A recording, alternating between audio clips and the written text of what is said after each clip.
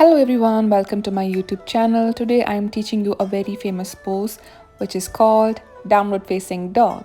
So I like to start from a child pose because the gap between my hands and my feet is quite accurate to land into a downward facing dog.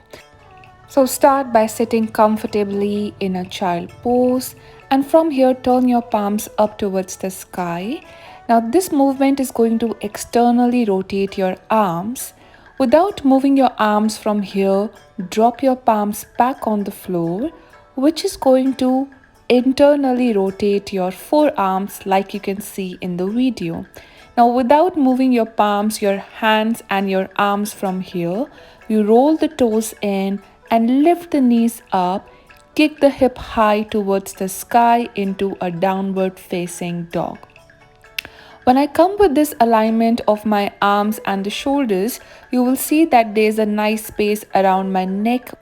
I can move it freely from right to left, and this also activates my shoulders nicely.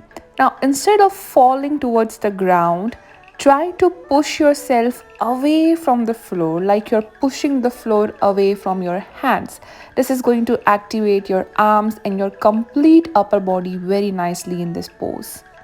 Now coming to our lower body, some people might find it very difficult to touch the heels on the ground and their back might get rounded like this when they come for the downward facing dog.